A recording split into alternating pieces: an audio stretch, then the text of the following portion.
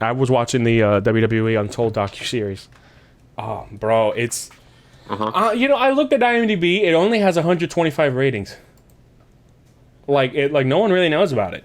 It's crazy because it's actually peak cinema. You know what I mean? Mm-hmm. Like, I'm watching this, and it's just such a crazy way to like just re-experience a bunch of these matches and hear a bunch of commentary like between the wrestlers of said matches and rivalries. For example, there's this episode on Sting and his last matches, on WWE, and at the end of the docuseries, they were going on about how like he's retired, that kind of thing, and we were thinking about a dream match with Undertaker, but it's good to keep it in the dreams. And then the last part of the episode was them sitting down with Sting, and Sting commented on it, and he said, "Is like right now I what's the word? My neck and back is in a really bad situation to where if I get one really good bump, like I could be paralyzed or dead. That's my options, And he said, at the end of that episode, he said, I don't really see myself coming back. I feel like I did everything that I could, but if the stars aligned and everything was perfect and he was available and WWE was down for it and there was a slot in it for WrestleMania, I would do that match with Undertaker." And he said, "It's like, earlier I was talking about how, in order to carry on after a match, after you practically just broken your fucking neck, it has to be a level of kind of psychopathy, to really just do something like that pride and ego. And I guess I have that because I can't help but think that I could do one more, and they kind of just left it silent after that, and they let you think about it. You know what I mean? Yeah. And then he went on to have many more in AEW. Yeah. Bro was jumping off of ladders and doing all kinds of crazy shit. Which is crazy. Now he's he's retired. Like, he still shows up every now and then, but never for a match. Jesus Christ.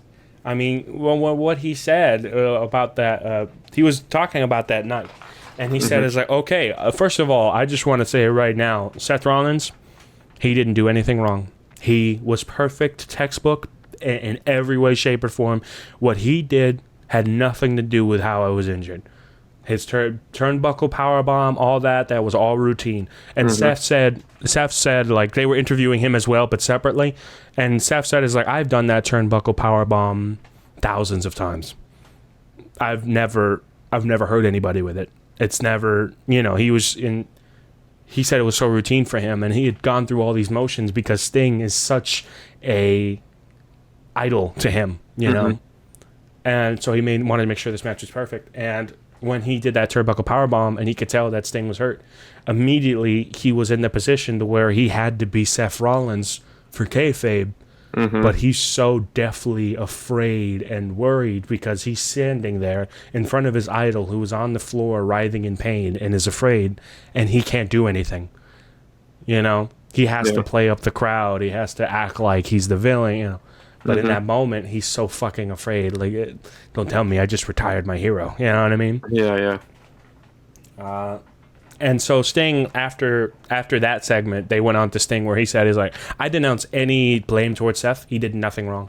Everything there was perfect. It was just something that happened. It could have happened to anybody at any time. Yeah. And my body simply couldn't take those turnbuckle power bombs. But it was not Seth's fault. Any other wrestler would have been fine. Something along those lines. But that's pretty much what he said. Yeah. At the he hit the first turnbuckle powerbomb, and he was, he felt shocks up to his fingers, and his nerves, and he couldn't shake that feeling, but he wanted to continue the match. Then the second turnbuckle powerbomb happened, and he was fucked. And after a little while, he was able to finish the match, but you could tell WWE simply wouldn't make him do another match because he was done. He was done. He couldn't get cleared in a million years. Which is crazy because I didn't even know he went to AEW. That's true? Yeah.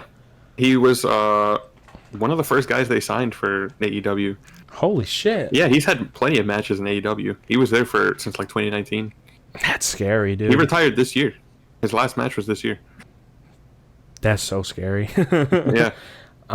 Was he playing? You say he was jumping off of ladders. That motherfucker was not playing it safe. Bro. Yeah, no, like he's done some crazy shit in his time in AEW. Like it's almost as if he was never injured. Well, I think the interviews took place in like 2019, 2020. And you can tell, like at the end of that documentary, that mentality that he says, like, I could go in one more after stating all of those horrible injuries and said, like, I am at like the breaking point of paralyzation. I'm right fucking there. At that moment, I looked in his eyes and I was thinking, he wants to die in the ring. That's what it was. He has such a gladiator warrior mentality. He's been doing this for so long. He wants to die in the ring. That's what I took away from it. You know, kind of like the wrestler in the movie, you know, with Mickey Rourke. I was like, he wants to fucking die in the ring. You know, and thankfully that never happened. And I'm sure he's probably evolved from that from now. Like for now, that's why he's fully retired and shit. You know, but oh man. He's looking into his eyes. I'm like, you can tell that he wanted to do more and he just wasn't able to do it, you know? Yeah. And then also the whole Sting versus Undertaker match is like, oh yeah, that could happen down the line. That was pitched for WrestleMania 31. Vince McMahon saw no money in the idea. That's why they didn't do it. That's why they did Sting versus Triple H. Well, Vince McMahon is a fucking moron. So he is. That's you know. Yeah. So we could have gotten Sting versus Undertaker, but he wanted Sting versus Triple H and Undertaker versus Bray Wyatt instead. Yeah, that's fucking stupid. I mean, don't get me wrong. I love Bray Wyatt, but like over Sting? Come on! That is literally the one dream match they could have done, and they never were able to do it. Don't get me wrong. I really like the Triple H match, but if you wanted to like choose between, motherfucker, let's go with the Undertaker. That's the match. That's the money match. What's going on? You know. Maybe it's, I don't know. Maybe Vince thought their styles wouldn't really clash together well. I don't know. Vince is just... He's a moron. He's delusional, yeah. And then, also with Seth's turnbuckle powerbomb, he doesn't do that move very often anymore. Because after he injured Sting, he also injured Finn Balor the following year. Really? Yeah. Honestly, that move basically ruined Finn Balor's career.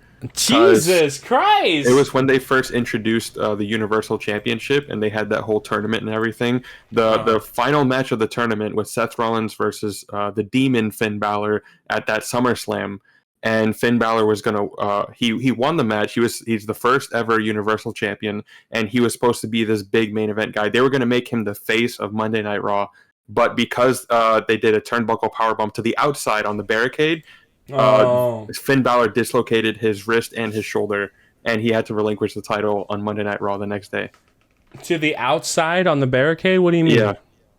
Instead of doing it like inside on the turnbuckle, like the powerbomb. He did it on the steel post? No, on the barricade, like where the crowd is. Oh, on the barricade on the outside. Yeah. He powerbombed him on the barricade. The wall surrounding the ring. That's fucking crazy. Dislocated his shoulder. The same injury that basically sidelined Rhea Ripley earlier this year when she had to relinquish her title. Same shit happened to Finn Balor. But, you know, the biggest what if with Finn Balor is if he never got injured, he'd, you know, probably be one of the top guys in the company, you know, still to this day. And that shit never happened. Poor Finn. Yeah, I'm looking at still images now. I'm just looking at the match. Poor fucking guy. Yeah. You know? Because that was also when he was like at the height of his popularity. Yep, that was where he got injured. Yeah, right fucking here. Holy shit. I talk about ridiculous. Yeah. You can see his landing on the very top photo on the left. Oh yeah. Bam. Oh yeah. Because he tried to brace himself. Was it his right shoulder? Yeah. Yeah, you should have just took it. Yep. Oh, man. And so that's kind of what the whole storyline was with last year's SummerSlam when Seth was feuding with Judgment Day. And they did Finn Balor versus Seth again. I wanted Finn Balor to win that match because it's like it would have been some kind of redemption for him. Yeah. But that shit never happened. And also Seth Rollins in his entrance, he came out in the same fucking gear that he was wearing for that original SummerSlam match. Holy shit. Just to get in his head. I was like, what a fucking dickhead, bro. Well, you have to. Right? Yeah, he has to play it up. You have to milk it, dude. Oh, man.